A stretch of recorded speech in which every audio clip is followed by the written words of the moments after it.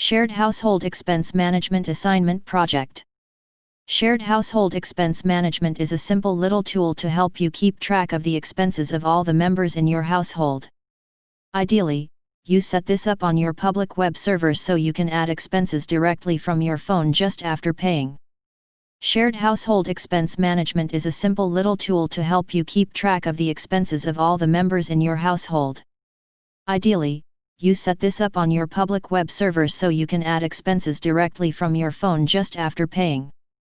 Shared Household Expense Management is a simple little tool to help you keep track of the expenses of all the members in your household.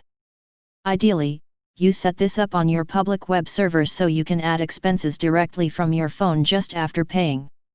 Shared Household Expense Management is a simple little tool to help you keep track of the expenses of all the members in your household.